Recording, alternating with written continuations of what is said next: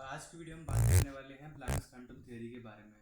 Planck ने एक theory दी थी जिसको वो बोलते हैं कि अगर कोई सोर्स है जो कि एनर्जी रिलीज कर रहा है तो एनर्जी किसी कंटिन्यूस मैनर में रिलीज नहीं होती है, बल्कि छोटे छोटे पैकेट्स के फॉर्म में रिलीज होती है, जिन्हें हम क्वांटा कहते हैं, जो कि बहुत ही छोटा होता है और इंडिविजिबल होता है, मतलब उसके आगे कुछ होता नहीं है उनकी थ्योरी के अकॉर्डिंग।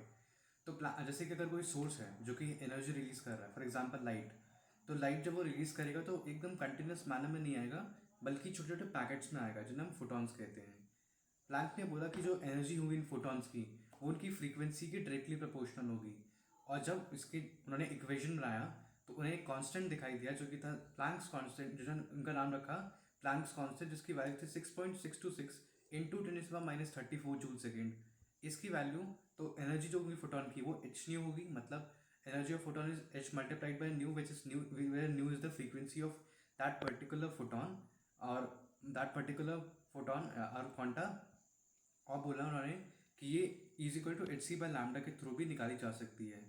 और इसके थ्रू वो बताते हैं कि कैसे एक लाइट ट्रैवल करती है बेसिक फॉर्म में और पार्टिकल नेचर को प्रूव करते हैं वो। इसके बाद हम बात करने वाले हैं बोहर के मॉडल के बारे में। बोहर ने जब अपना मॉडल दिया तो उसके साथ काफ़ी सारी कैलकुलेटिव चीज़ें भी दी, जिससे हम काफ़ी हद तक आगे बढ़ पाए। जैसे कि बोहर ने बोला कि इलेक्ट्रॉन जो है वो स्टेशनरी स्टेट में रहेगा, स्टेशनरी स्टेट में रिवॉल्व कर पाएगा, जहाँ पे उसका एंगुलर मोमेंटम जो होगा वो फिक्स्ड रहेगा, जो कि h/2π का मल्टीपल होगा, सिंपल मल्टीपल होगा।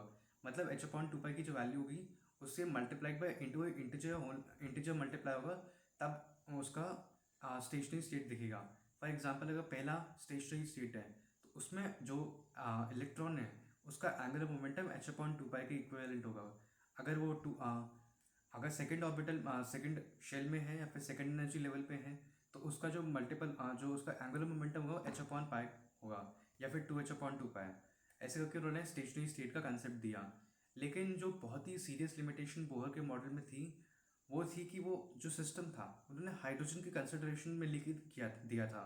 मतलब वो सिर्फ और सिर्फ यूनि इलेक्ट्रॉनिक स्पीशीज़ के लिए ही वैलिड था, और जब दो इलेक्ट्रॉन्स आ रहे थे वो सिस्टम फेल हो रहा था। लेकिन हाइड्रोजन के केस में या फिर यूनि इलेक्ट्रॉनिक स्पीशीज़ के केस में ये बिल्कुल एक्यूरेट था। बोहर ने काफ़ी सारी और चीज़ें बताई, जैसे कि अगर कोई स्टेशनरी स्टेट है या फिर कोई ऑर्बिट है तो उसका रेडियस कितना होगा, उसमें इलेक्ट्रॉन्स की वेलोसिटी कितनी होगी, उस इलेक्ट्रॉन की टोटल एनर्जी कितनी होगी। जिसके लिए फॉर एग्जांपल अगर उन्हें रेडियस कैलकुलेट करना है तो उन्होंने काफ़ी अपनी कैलकुलेशंस की, और उसके बाद में वो एक कंक्लूजन पे पहुंचे कि radius is equal to 0.52 into n square by Z in angstrom. तो जो रेडियस होगा ऑर्बिट का वो एंगस्ट्रॉम में दिया 0.59 इंटू n² बाई जेड। वैसे ही इसी तरह से उन्होंने वेलोसिटी भी दी जो थी v is equal to 2.18 into z/n metre पर सेकेंड।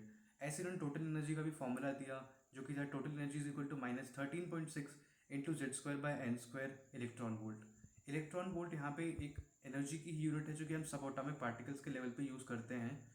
और इलेक्ट्रॉन वोल्ट, जो 1 इलेक्ट्रॉन वोल्ट होता है वो 1.6 इंटू 10⁻19 जूल के बराबर होता है। इससे हम किसी भी इलेक्ट्रॉन की एनर्जी, वेलोसिटी और किसी भी शेल की एनर्जी, किसी भी इलेक्ट्रॉन की वेलोसिटी और उसका एंगुलर मोमेंटम, इसके साथ साथ जो शेल जो ऑर्बिट है उसका और वो रेडियस भी बता सकते हैं। और इसके थ्रू हमने काफ़ी सारे अच्छे कैलकुलेशंस किए, और जिससे फिर बाद में काफ़ी सारी थियरी और आई जो कि जिन्होंने कहा कि ये चीज़ गलत है। बट उससे पहले हम बात करेंगे फोटो इलेक्ट्रिक इफेक्ट के बारे में।